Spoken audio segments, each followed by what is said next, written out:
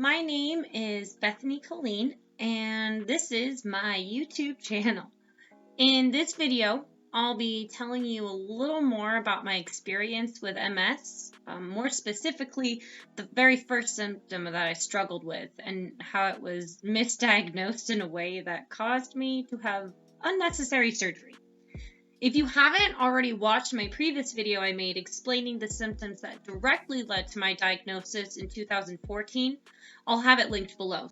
The piece you'll be watching me make in this video is a depiction of one of my rib pain sensations I can get, and it was the first one that I dealt with. We're gonna go all the way back to 2006. I was a junior in high school. And no, I was a sophomore in high school. My ribs were really tight and painful for about a week, and so I went to see my family doctor. There had been no obvious trauma or accidents or anything, and I was just diagnosed with costochondritis, which is inflammation in between your ribs. I was told it will go away on its own, and so I dealt with the pain for about another week or so, and then it dissipated back to normality.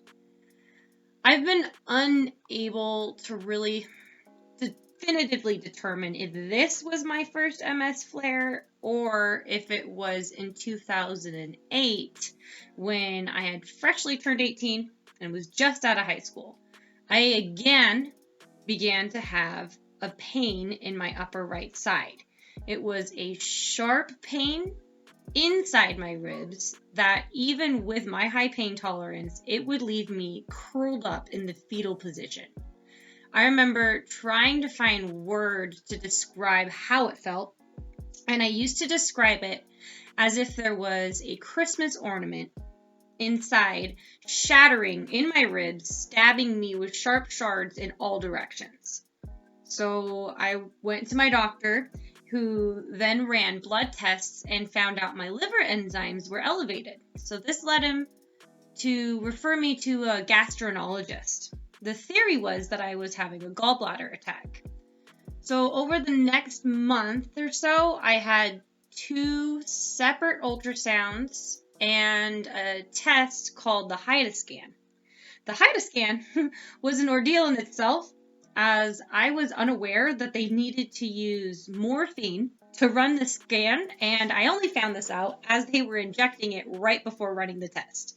I was a little apprehensive about how painful this test was going to be, which, because I was tripping on morphine, really wasn't that bad. However, I had driven my mom and myself to the hospital, and my mom doesn't drive, so we had to call my dad to come and pick us up when the test was complete, since clearly it wasn't going to be safe for me to drive us home. When they were unable to locate my gallbladder in all of these scans, this led the doctors to believe that it must have already ruptured. And so then I was scheduled for an emergency laparoscopic surgery to have it removed and a liver biopsy done. I remember when I woke up from the surgery and I was still completely groggy from the anesthesia. It was when they came to me and they were like, well, Bethany, you do not have a gallbladder. And I was like, I know, you just took it out. And they were like, no, you don't have a gallbladder. And I was like, I know, you just took it out. And they were like, no, you were born without a gallbladder. And I remember asking, do I have to pay for this surgery?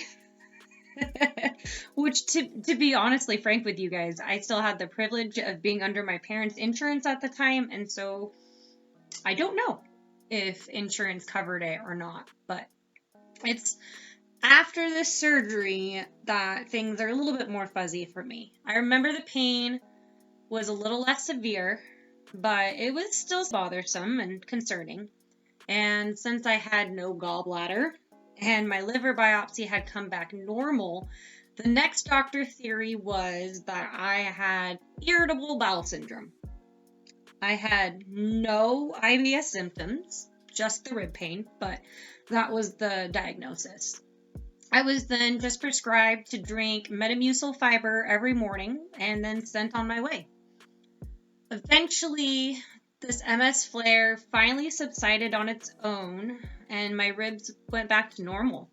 I stopped taking the Metamucil and went along completely normally with my life until 2012, when I had started having the symptoms that led to my diagnosis. So years ago, I remember reading an article, and I haven't found it since, so honestly, I don't really know its true scientific validity, but it had stated that the very first MS symptom you feel is the one that you're going to struggle with the most. Now, I don't know if that's true for everyone, but it has held true for me.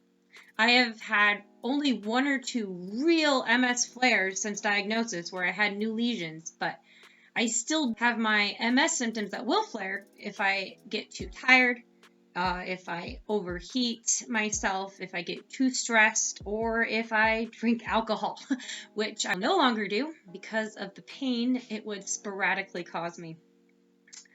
MS rib pain has been described as like an MS hug, where you just feel like you're being squeezed too tight. And yes, I have felt that crushing sensation, but more so my rib pain is like that stabbing sensation, like back in 2008, or there's like a burning, sickly feeling that I can get, and it actually has caused me to vomit. I can get an intense tingling, like when your limbs are just waking up from being asleep. I get a whole slew of odd and unpleasant sensation when my ribs flare. So because it's been enough time, I now know the certain triggers that will affect me. I've been able to, for the most part, prevent my ribs from attacking too much out of hand. I got myself a cooling vest for summer months, as well as some other cooling things that I can do to help me not overheat.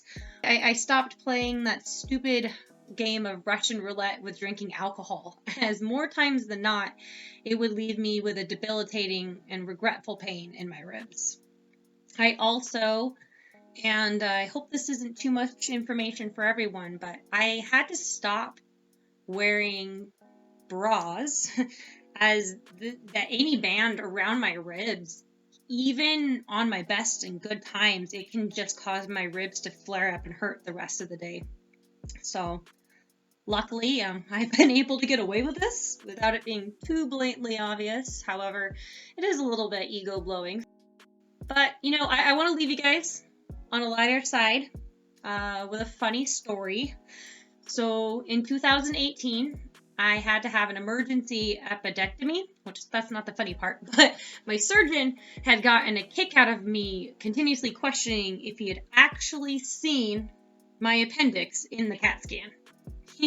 So he assured me it was there, and he was thoroughly amused and confused about my previous surgery mishap. I wish I had been in a better shape at the time to share more of the details, but he told me he'd still remember that for quite a while. I want to thank you for listening to my story and ramblings about my just random rib pains. I'm always up for questions, comments, clarifications. And let me know if you guys prefer to watch these time lapses with music or my voiceover, if there's anything else that you would like me to do. And again, thank you.